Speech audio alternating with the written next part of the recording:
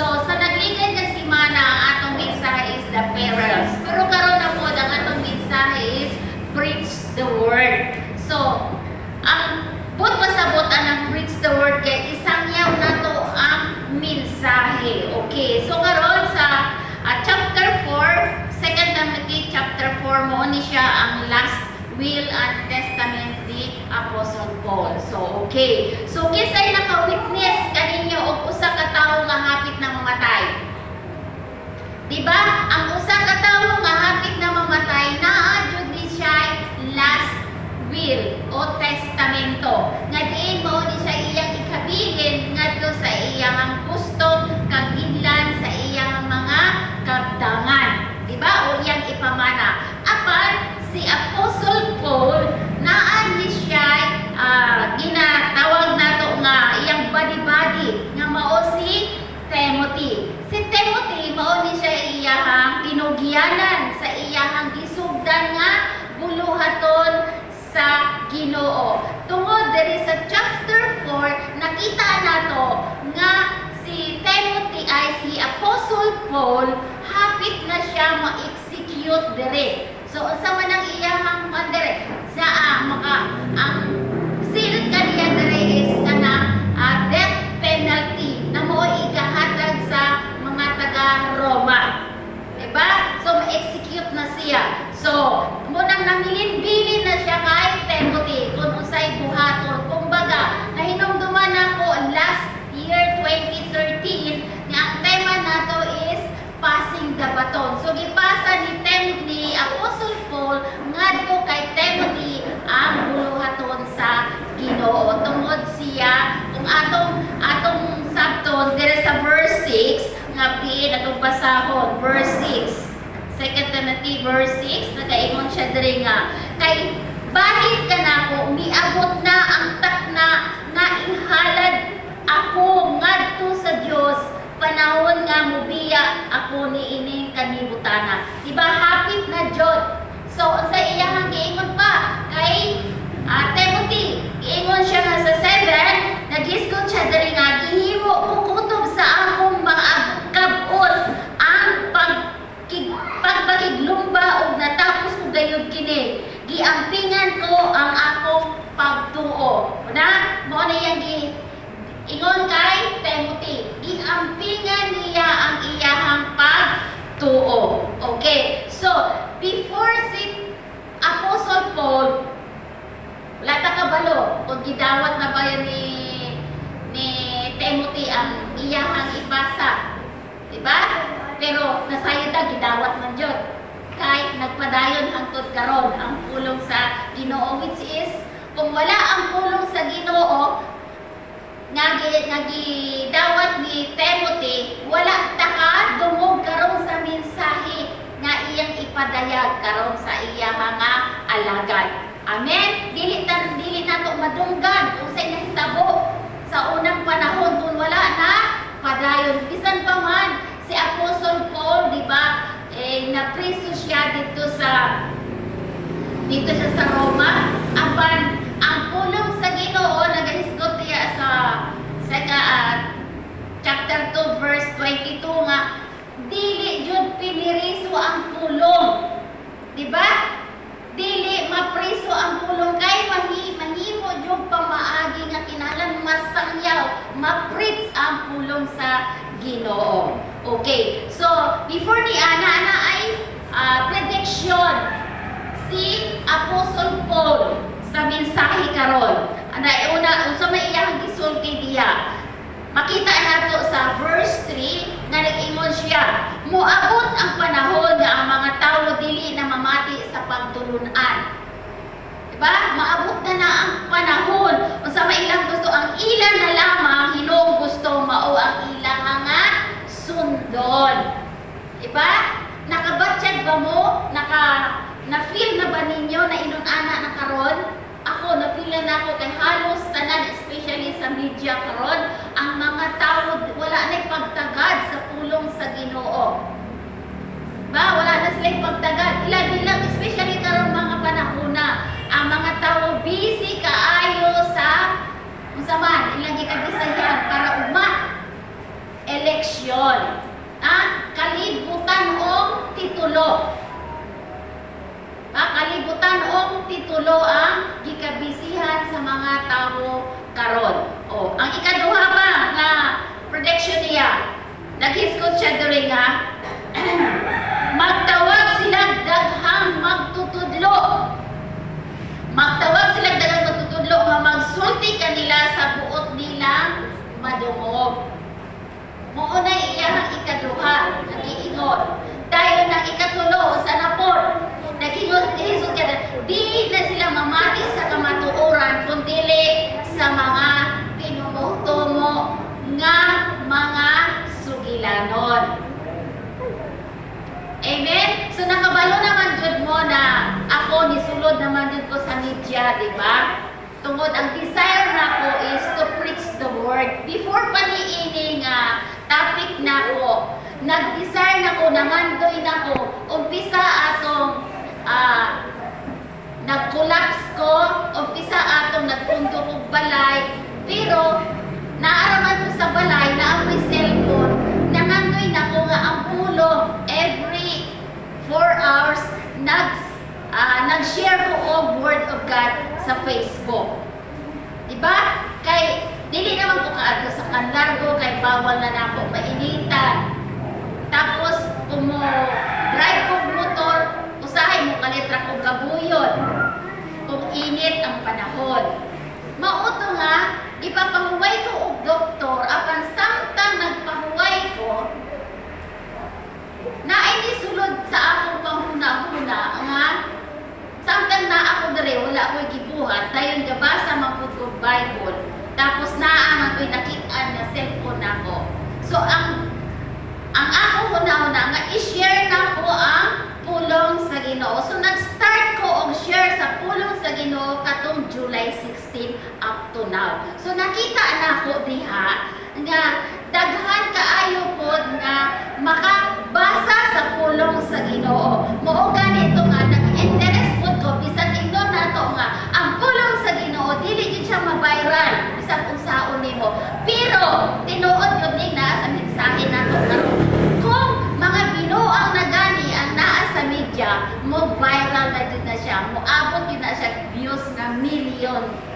Diba? Basta Ginoo ang nagani, pero ang pulong sa Ginoo dili tagdon sa mga tao, which is wala sila nakahibalo sa kamatuoran. Nga diin ang kamatuoran maoy pinaka-importante sa atong kinabuhi nga makabatog na og kaluwasan. Diba?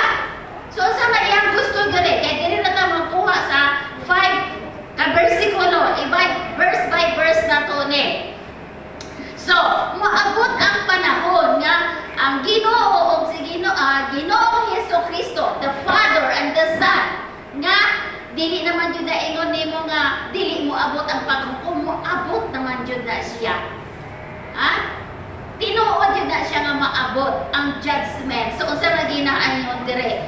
Na kinahanglan ang tanang tawo wala joy magalingkawas ani. Buhi man ka o patay, maapil jud ka sa judgment sa Ginoo. So ang judgment sa Ginoo unsa man makahibalo ta ana kita-kita ra pod kung unsay iyang ihukom sa atong kinabuhi. Dili ko maka-judge nimo, dili pud ka maka-judge nako. Kung dili ang Ginoo lamang ang nahibalo. Mao na nga samtang naa pa ta dire sama ni Apostle Paul samtang buhi pa siya dasig siya kay Timothy nga buhaton ang tanan. Nas iyang giingon diri sa bersikulo 5 kinahanglan sa magani diya kinahanglan magpugong ka sa imong kaugalingon anto sa ang kasakitan.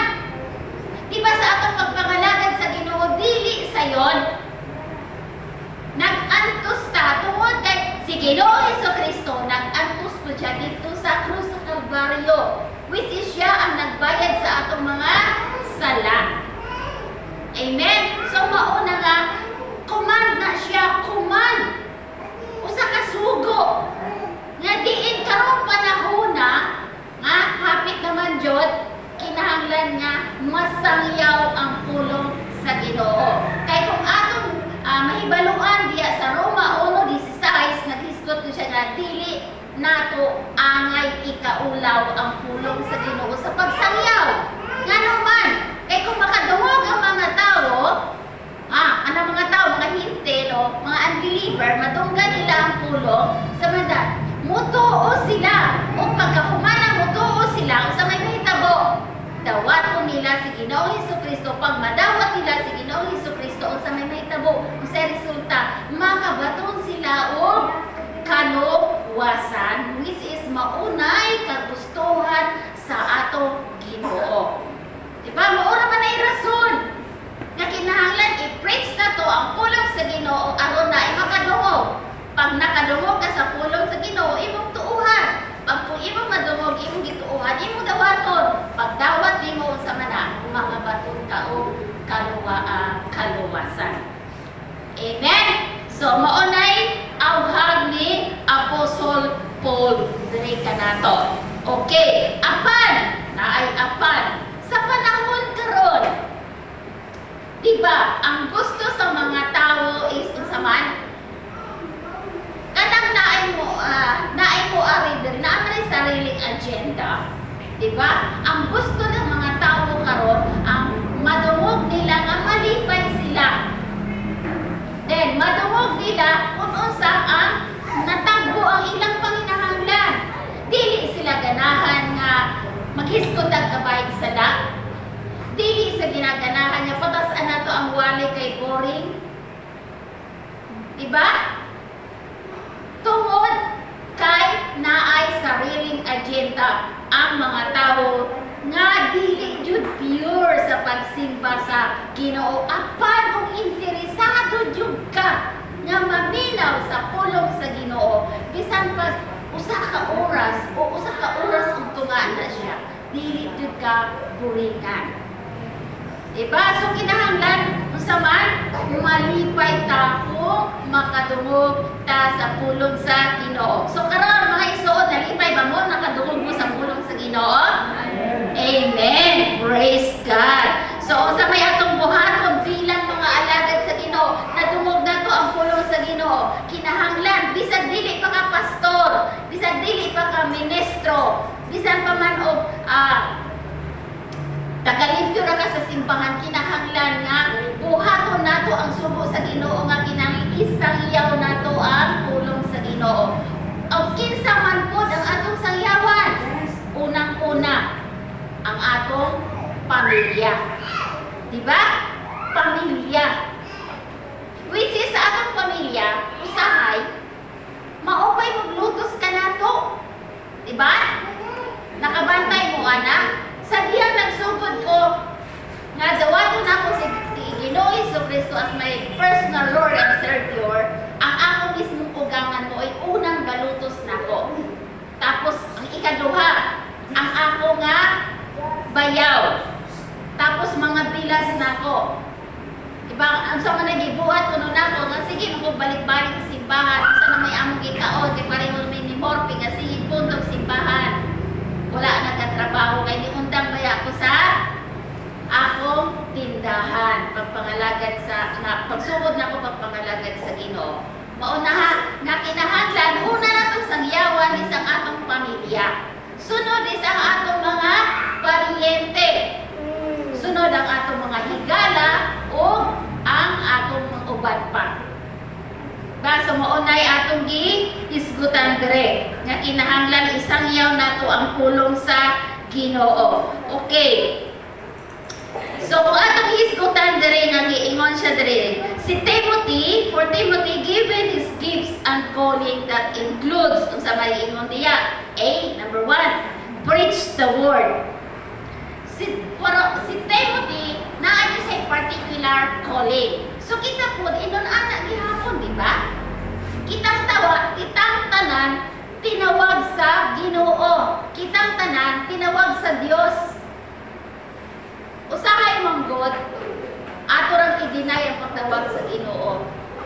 Sa usa man siya pamaagi mo tawag ang Ginoo kanato.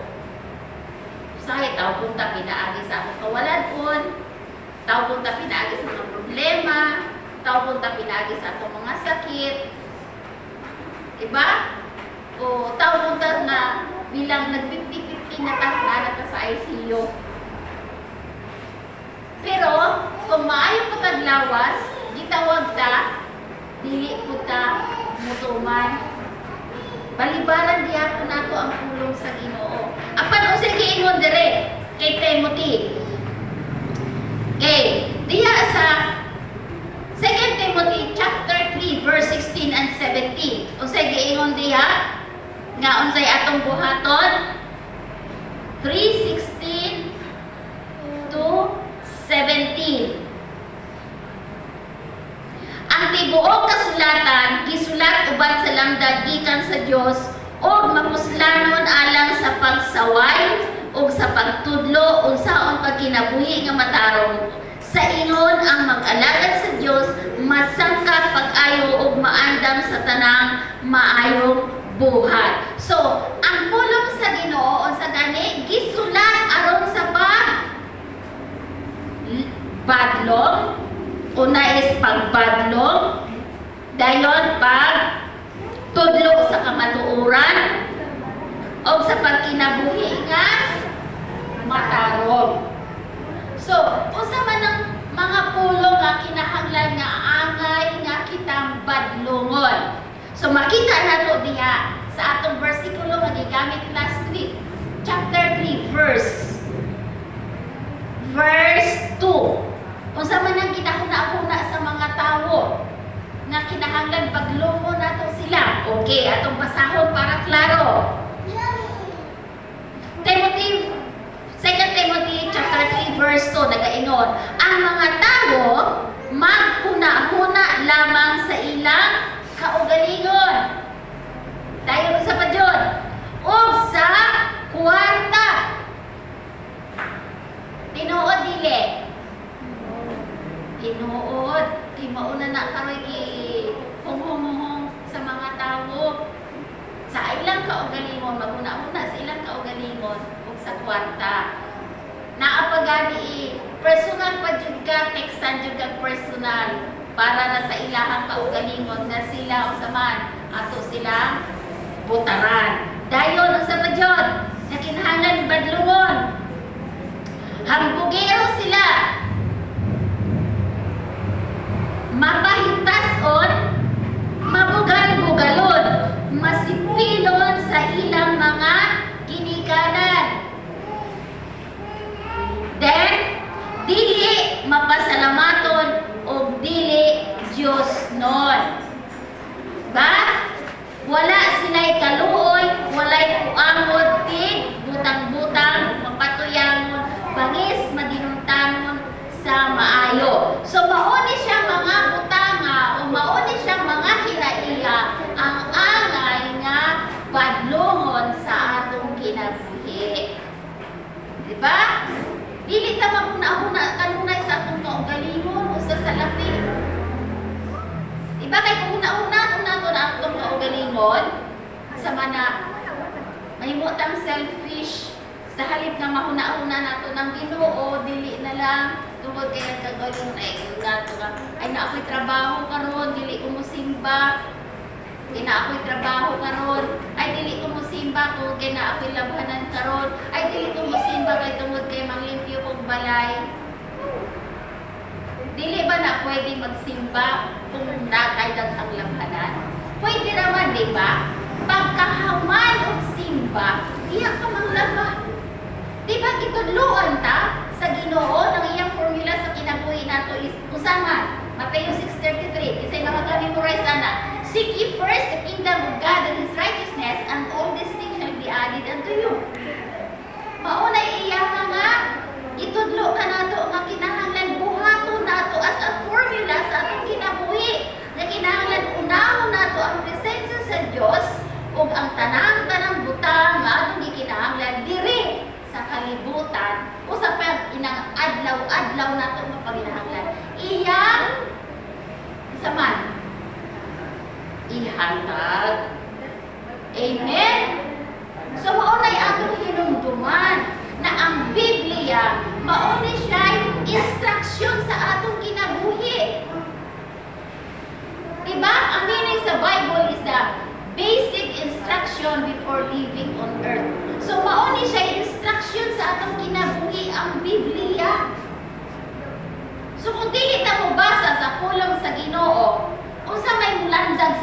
kinabuhi?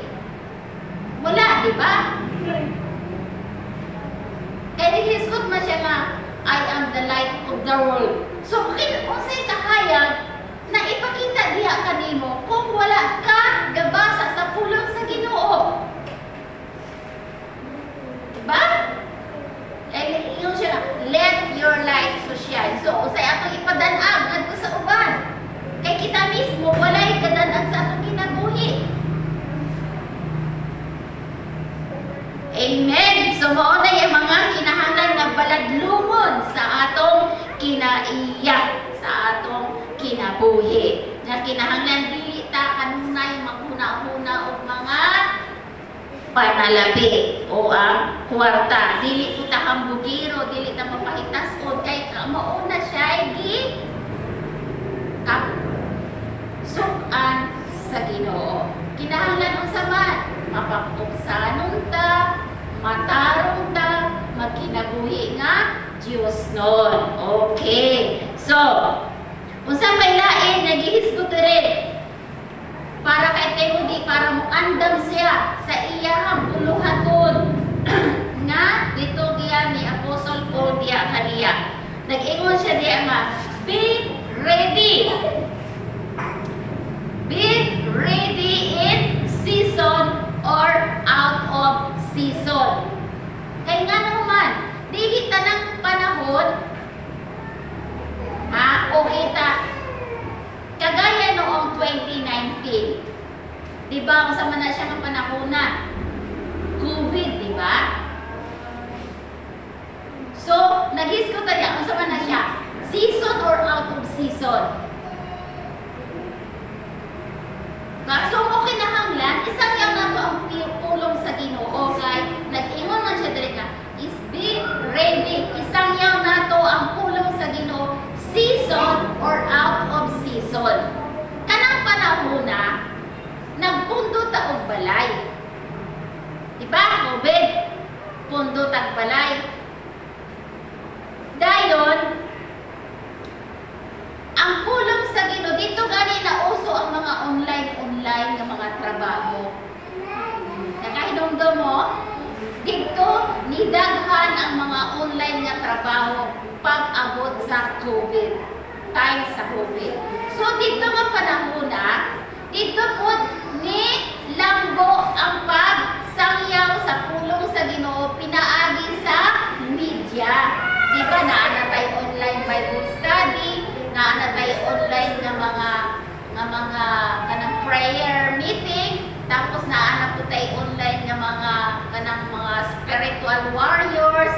So, dito na sugod. So, kay gitudloan naman tadaan nga isang yaw ang pulong sa Ginoo, season or out of season.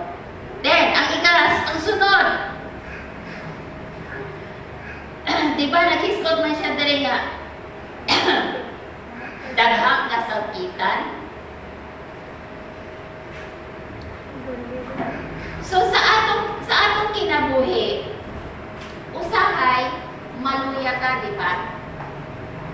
So unsa may buhaton nato? Kung walay magdasig nato.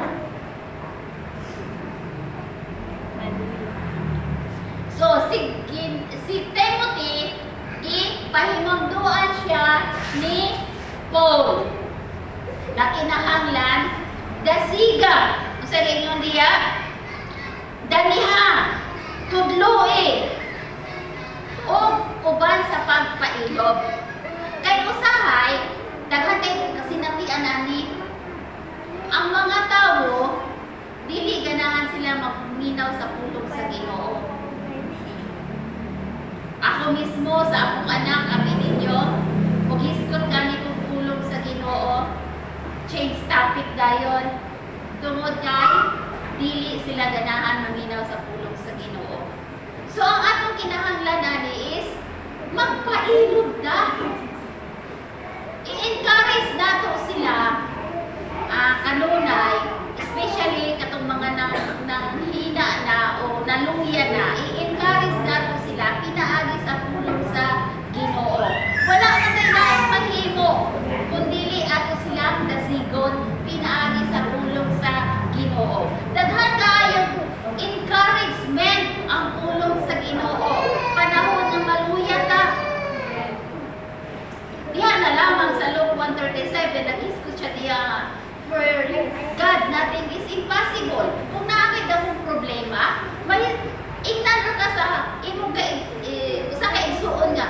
Dios walay imposible, di ba? Mura kang pakuan, madasig ka. Problemado kaayo ka, pero kung ingat ka sa imong isig ka, igsuon, isig ka magtotoo nga, sa Dios walay imposible. Madasig ka. Pero, kung walay mo dasig nimo, problemado kaayo ka, nasa lang maguna nimo, giimo maguna nimo, muna tanawa ka ro. Di ba, na problema ka, giduot noon ka. Ba? Pero naghiskot si Apostol Paul na kinahanglan sa katong mga nanghina naluya ato silang dasigon tungod daghang pulong sa Ginoo nga makapadasig kanato. Amen. So, maray giingon diha. So, kinahanglan sa man buhaton sama sa giingon dire sa versikulo 5, buhaton nato atong katungdanan sa bilang usa ka magwawali.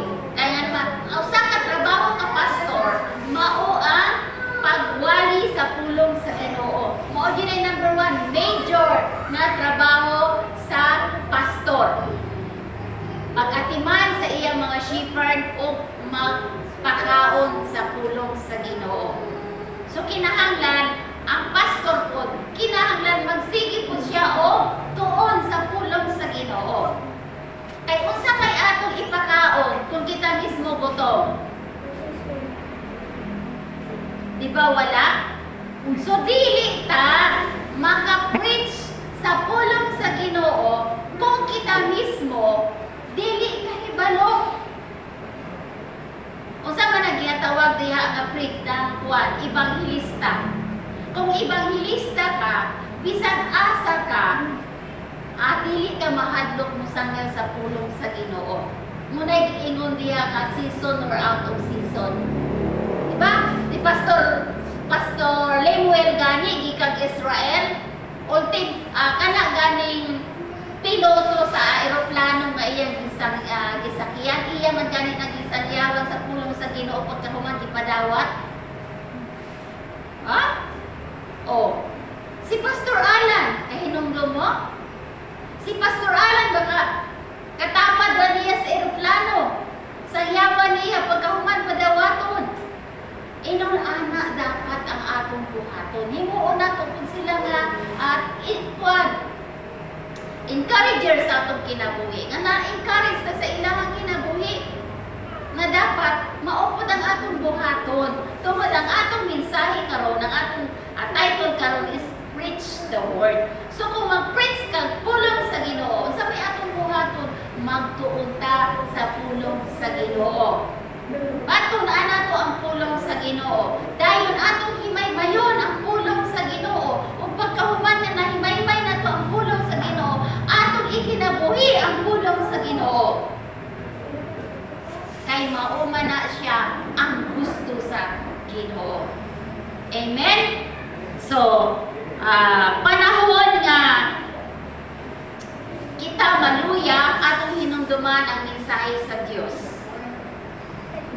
Nga kita mga alagad sa Ginoo makasinati taog kasakitan, makasinati taog kaluya, makasinati taog usahay ma-burn out na ta.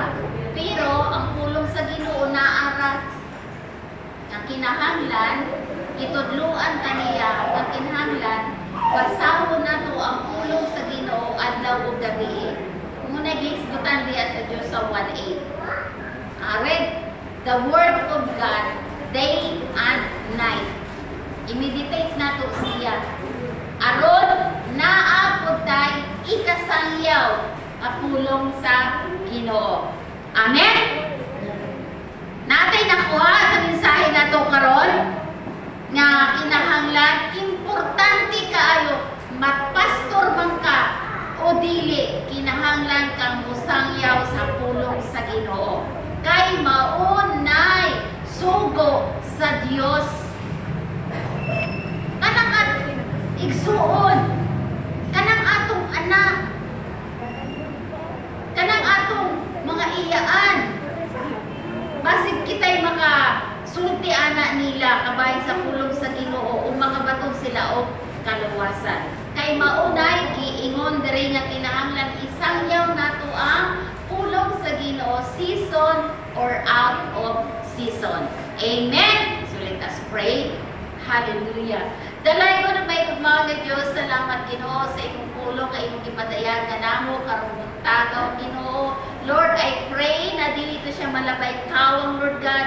Bagpos Ginoo, amo to siyang masabtan, amo to siyang mahinumduman, amo to siyang isulod sa among kasing-kasing, ug amo na siyang ikinabuhi Ginoo. Lord, ako mga pag-ampo Ginoo, nasayod ka Lord na kami huyang Ginoo, dili mo kami pabayaan, dili mo kami pasagdan o Diyos. Bagpos ubanan mo kami Ginoo sa kanunay, sa imong balaang espiritu Ginoo, aron matuman na mo Lord ang imong kabubuton, nga mao ang pagsangyaw na mo sa pulong sa Ginoo. Tanang tumong himaya mo balik ya kanimo lamang sa ngalan ni Jesus.